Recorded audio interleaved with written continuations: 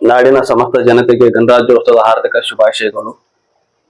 ನಾನು ಮಹಾನಾಯಕ doctor B R Ambedkar ಸೇನೆ ವತಿಯಿಂದ ಡಾಕ್ಟರ್ ಬಾಬಾ ಸಾಹೇಬ್ ಅಂಬೇಡ್ಕರ್ ಅವರ ಜ್ಯೋತಿ ಯಾತ್ರೆ ಪ್ರತಿ ವರ್ಷ ಮಾಡುತ್ತಾ ಬಂದಿದ್ದೇವೆ.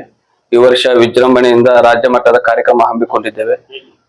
ಆದ ಕಾರಣ ನಾವು ಡಾಕ್ಟರ್ ಬಾಬಾ ಸಾಹೇಬ್ ಅಂಬೇಡ್ಕರ್ ಉದ್ಯಾನವನ ಪಕ್ಕ ಕನ್ನಡ ಗಂಡು ಮಕ್ಕಳ ಶಾಲೆ ನಂಬರ್ 1 ಮೈದಾನದಲ್ಲಿ ಕಾರ್ಯಕ್ರಮವನ್ನು ಹಮ್ಮಿಕೊಂಡಿದ್ದೇವೆ. ಪ್ರತಿ ವರ್ಷ ಮುಂಬೈ ದಾದರ್ನಿಂದ ಜ್ಯೋತಿಯನ್ನು ಬರಮಾಡಿಕೊಂಡು ಬರುತ್ತೇವೆ.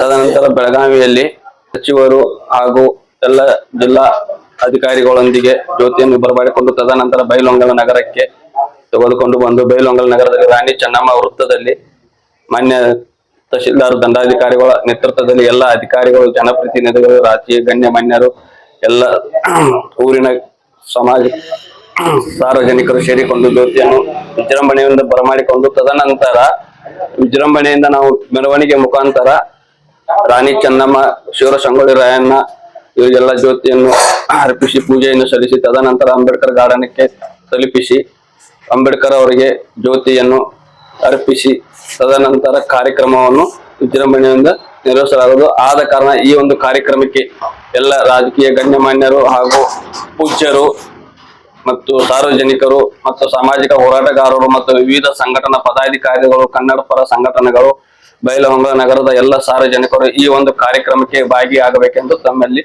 ವಿನಂತಿಸಿಕೊಳ್ಳುತ್ತೇನೆ.